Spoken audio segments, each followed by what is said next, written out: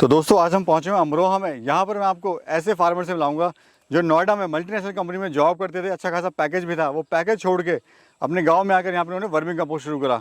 और दोस्तों फ्यूचर को देखते हुए काफ़ी ये जो बिज़नेस है काफ़ी अच्छा है, और जो हमारे फार्मर भाई हैं वो उसको किस तरह से कर सकते हैं वो भी हम सर से बात करेंगे। तो सर सबसे पहले तो सत श्री अकाल आपको। सत श्री अकाल सर। सर सबसे पहले अपना और अपने फार्म का परिचय दीजिए।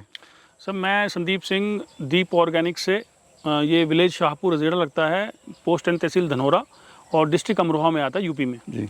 हाँ जी। तो सर आप जॉब करते थे, हाँ जी। जॉब को छोड़ने की क्या आवश्यकता पड़ी? सर देखिए, जॉब में भी आप एक टाइम पे लेवल पे पहुंचने के बाद ना थोड़ा सा मन ये लगता है कि आप ना दूसरे को एक तरह से कमा के दे रहे हैं। कहीं ना कहीं खुद का एक वो नहीं होता कि हाँ मेरी आइडेंटिटी ये है कि मैं आगे फ्यूचर में इस लेवल पे पहुंच जाऊंगा, ये इतना एक्स अमाउंट में ले लूँगा। अपने बिजनेस में जॉब से अगर आप, मेरा मानना ये है कि आधा टाइम भी अगर आप लगाते हो ना तो काफ़ी हद तक एक अच्छा लेवल आप अचीव उसमें कर लेते हो और पर्सनल लेवल पे आपकी ग्रोथ होती है अच्छी।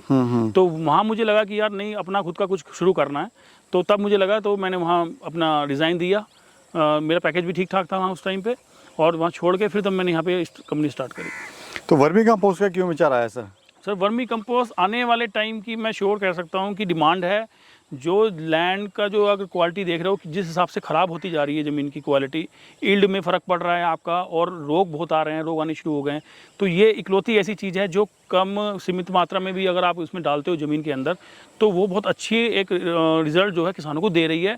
और काफ़ी जगह पे लोग इसका इस्तेमाल करना शुरू कर चुके हैं। कुछ जगह जहाँ पे नहीं है, यहाँ पे अगर मैं बात करूँ तो अभी लोग को मैं मतलब इंट्रोड्यूस करा रहा हूँ कि हाँ भी मेरा ये प्रोडक्ट है, और इस तरह से आप अगर डालना शुरू करते हो तो रिजल्ट भी हैं उसके।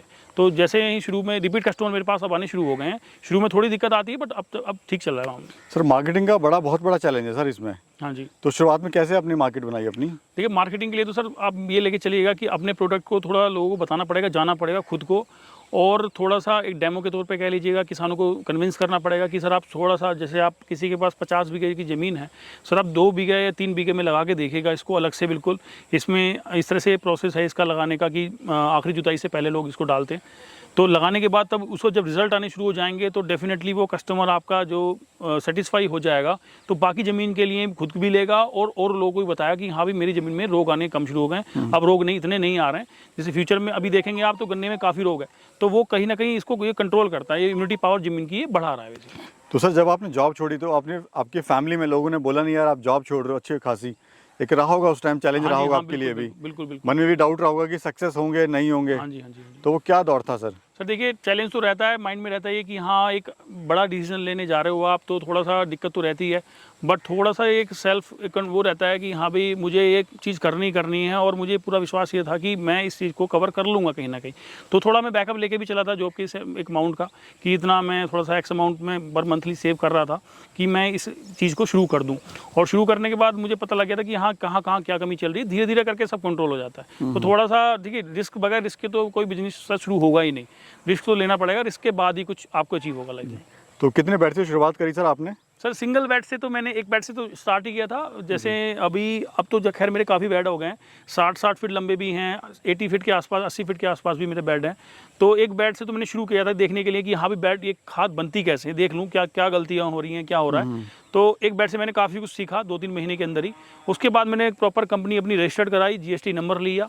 नंबर लेने के बाद तब मैंने प्रॉपर ये प्लान किया। पहले मैंने फ्लिपकार्ट, अमेज़ोन पे भी सेल किया है मैंने, और उसके बाद फिर मैंने अब ये ऑफलाइन शुरू कर दिया है, जो किसानों को मैं अप्रोच कर रहा हूँ। तो किस रेट में आप खाद दे रहे हैं और केचुआ किस रेट में दे रहे हैं? सर देखिए, केचुआ का रेट जो है 150 रुपये किलो है आपका, और जैसे किसी को ज़्यादा क्वांटिटी में चाहिए होता है तो थोड़ा सा ऊपर थोड़ा बहुत नीचे वो करना पड़ता है। बाकी रेट की अगर खाद की बात करें, वर्मी कंपोस्ट की, तो वो सर 750 रुपये कुंटल से शुरू होकर आपका, और 1000 रुपये कुंटल तक भी है। वो अगर छोटी पैकिंग आती है थोड़ा रेट बढ़ जाता है, और बड़ी पैकिंग है तो उसमें रेट यही रहता है। अभी कितने बेड हैं टोटल?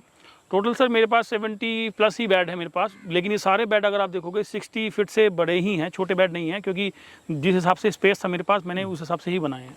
अच्छा, कोई अगर शुरू करना चाहता है तो जानना चाहता है कि एक बेड में को बनाने में क्या लागत आती है, इससे क्या प्रॉफिट होता है? सर देखिए, एक 30 फीट के बेड में अगर आप थोड़ा बताइए सर, ये हाँ जी। क्या थोड़ा प्रैक्टिकली सर समझ लेते हैं जी, बताइए। सर देखिए, 30 फीट के बेड में अगर आप लेके चलेंगे तो पन्नी की कॉस्ट भी लेके चलिएगा, लेबर की कॉस्ट भी लेके चलिएगा, ईंटों की कॉस्ट भी लेके चलिएगा, तो लगभग 4,500 रुपये आप मान के चलेगा कि इसमें कॉस्ट आ जाती है जी। और जब इसमें वो डिपेंड ये भी करता है कि आपके गोबर थोड़ा प्योर होना चाहिए, मिट्टी उसके अंदर ना हो, वो आप देख लीजिएगा। और तो आप अगर जब इसकी छनाई करके जब आप लेते हैं, जो कूड़ा वगैरह भी निकलता है इसके अंदर से, तो लगभग मेरे हिसाब से 6.5 से लेकर 7,000 तक भी आप इसको मतलब पहुंचा सकते हैं। 4.5 इन्वेस्ट किया आपने और 7.5 तक अमाउंट आपने निकाल लिया, ये मान के चलिए। अच्छा सर, लोग भी बड़े कंफ्यूज रहते हैं, गाय का गोबर लें कि भैंस का लें? सर देखिए, गाय का गोबर बोला जाता है कि बहुत अच्छा है, होता भी है, ऐसा नहीं है, बट कई बार अवेलेबिलिटी के ऊपर भी है। जैसे गाय का गोबर नहीं मिल पाता तो आप भैंस का भी इस्तेमाल कर सकते हैं, उसमें कोई ऐसा इश्यू वाली बात नहीं है।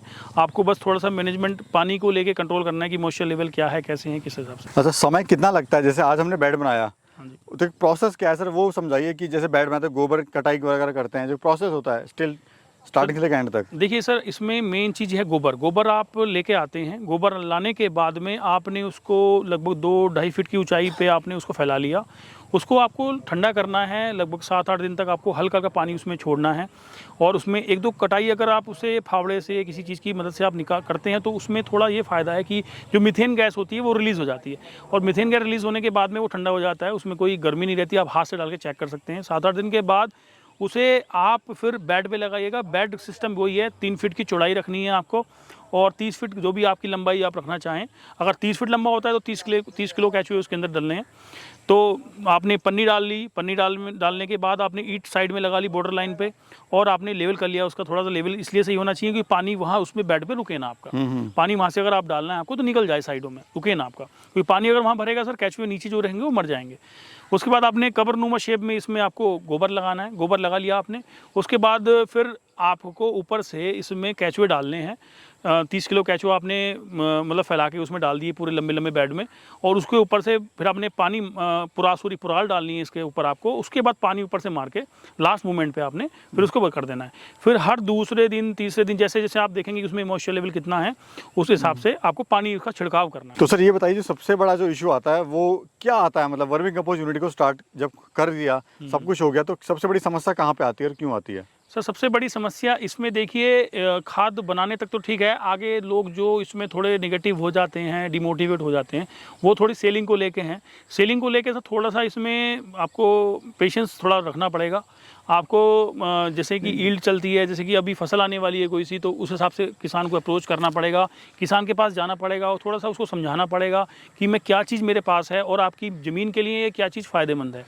सर और एक जो समस्या आती है मेन, वो ये आती है, इनको एक्सपीरियंस नहीं होता हमारे किसान भाइयों को, बरसात में उनका केचुआ भाग जाता है। हाँ जी, हाँ। ये 80% जो यूनिट स्टार्ट करते हैं उनके साथ ही आती है। हाँ। तो थोड़ा इसका समाधान बताइए। सर इसका समाधान मैं बेसिकली ये मानता हूँ कि अगर आपने ढाल अच्छा बनाया हुआ है, जो अपने बेड आप बना रहे हैं, उस टाइम पे थोड़ा आप ध्यान देंगे, लेवल थोड़ा अच्छा रखते हैं, और आपको जो ऊपर पत्ता डाला हुआ है, पुराल डाली हुई है, मान लीजिए केले का पत्ता है या पुराल है, थोड़ा ज़्यादा आप क्वांटिटी में लेके चलेंगे तो वो पानी जो रहेगा बेसिकली वो ज़्यादा बेड में टिक नहीं पाएगा। और जो एक बारिश के बाद होता है कि वाइब्रेशन होती है एक तरह से पानी उसके अंदर, जो अपना बेड बने होते हैं, उससे केचुआ थोड़ा डर के बाहर निकलता है।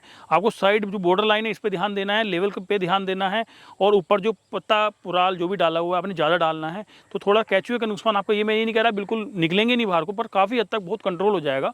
मेरे हिसाब 10-20% का ही आपका नुकसान होगा, ज़्यादा नुकसान नहीं होगा आपका। अच्छा, ट्रेनिंग वगैरह सर कहाँ से लेते हैं अगर कोई करना चाहता है काम को? ट्रेनिंग सर मैं फ्री ऑफ कॉस्ट, अगर कोई मेरा किसान भाई आते हैं तो मैं समझाने के लिए मैं वेलकम करता हूँ, कोई दिक्कत वाली बात नहीं है। और कभी भी किसान भाई आना चाहें फ़ोन पे बात करके और आ सकते हैं और मेरे से सीख सकते हैं। वैसे कोई इसमें खास ट्रेनिंग की ज़रूरत तो नहीं है, पर शुरू में क्योंकि होता क्या है कि लोग डरते हैं, मैं भी था, तो मैंने भी कहीं ना कहीं डर के भी 1 बैट 2 बैट से शुरू किया, देखा कि भी क्या गलतियाँ हो रही हैं, क्या हो रहा है। तो अगर ट्रेनिंग या कुछ पूछना चाहें तो एनी टाइम वो कॉल कर सकते हैं पूछने के लिए, और मैं उनको ढंग से पूरा प्रोसेस बताऊंगा, पूरा आराम से शुरू कर सकते हैं। अच्छा, आपने सर यहाँ पे पॉलीथीन लगाई है। हाँ जी। कुछ किसान भाई हमारे पॉलीथीन नहीं लगाते हैं, तो बड़ा कन्फ्यूजन रहता है, लगाएं कि ना लगाएं। सर ये पॉलीथीन से ही रहता है, नीचे जो जैसे आपका जब आप गोबर डालते हैं, केचुआ जब खा रहा होता है गोबर को, तो नीचे क्या होता है कि आपका कई बार ज़मीन सॉफ्ट होती है, तो केचुआ नीचे चला जाता है खाते हुए ज़मीन को। उस पर पन्नी अगर रहेगी, पॉलीथीन अगर आपकी रहती है, तो उससे थोड़ा सा ये रहता है केचुआ नीचे नहीं जाएगा आपका ऊपर ही रहेगा, और आपके जो बेसिकली जो काम चल रहा है वर्मी कंपोस्टिंग में उसको खाने का, फीड कराने का, वो प्रॉपर वे में चलता रहेगा आपका। जी। हाँ जी, चलिए, बहुत अच्छी जानकारी दी आपने सर, और best of luck for your future. Thank you so much sir. Thank you sir, thank you. Thank you.